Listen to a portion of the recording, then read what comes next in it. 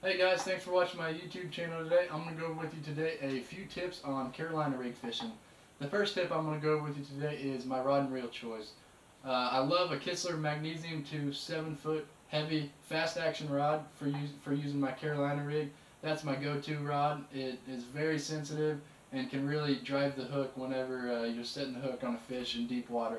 Like I said, very sensitive rod, and on a Carolina rig when fishing this, you really have got to be able to feel even the slightest of bites, and this rod just gets the job done.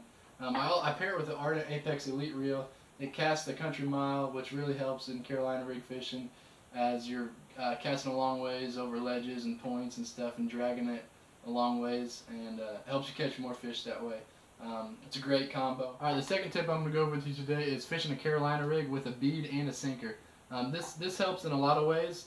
The bead helps stop the sinker from rubbing your knot away on the barrel swivel, so it could help in less lost fish.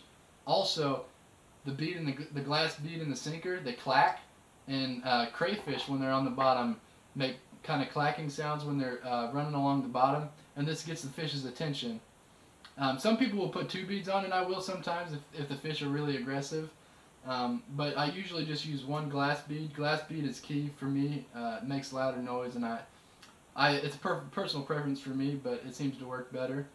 I normally put anywhere from, depending on water clarity, a 12 to 18, even 24-inch leader on here.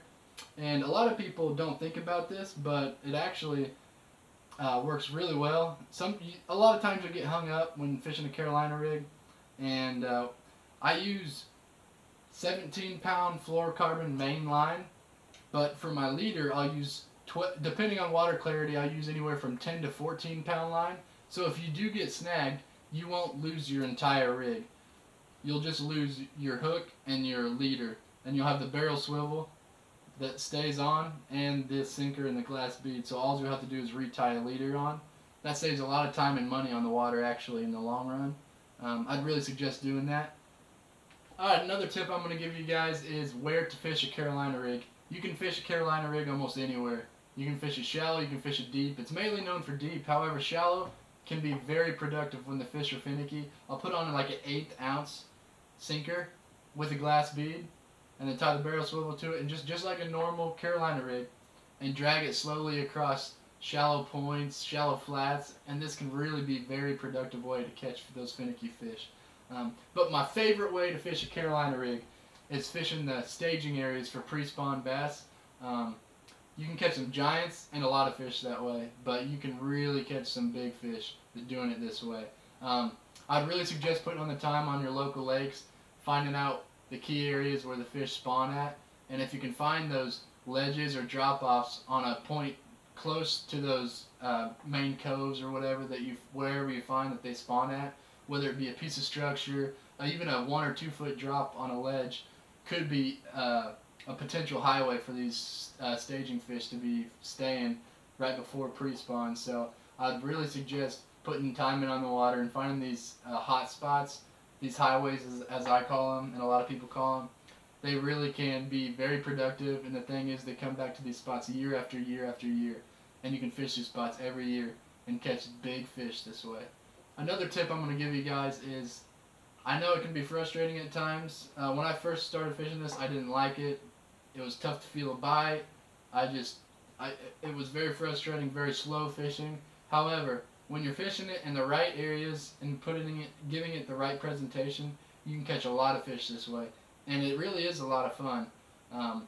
So I would suggest learning how to use this rig and fishing it, learning how to feel the bite. That's one of the main things. When you feel the bite, it feels just like a little tap.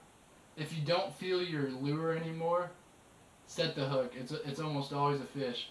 And another thing is, sometimes when you set the hook on a fish, believe it or not, it sounds crazy, but they do this to bass. They hear that clacking noise with these bees in the sinker, and before they see the worm or lizard you got on there, they'll actually pick up the sinker off the bottom. And this can cause a lot of confusion to anglers, and they set the hook and they're like, why aren't I catching these fish? And so they reel in and then recast. That's the mistake right there though. When you go to set the hook and they're not there, don't reel in. leave it on the bottom, and slowly start dragging it across the bottom again. Let it sit, slowly drag it, let it sit for a while, slowly drag it. And a lot of times those fish will come right back to it because they didn't get stuck with the hook. And then they're going to see that lizard or worm back behind it, and then they're going to eat it. Thanks for watching today, guys. I hope these tips can help you catch more fish and bigger fish out on the water. Good luck and tight lines out there.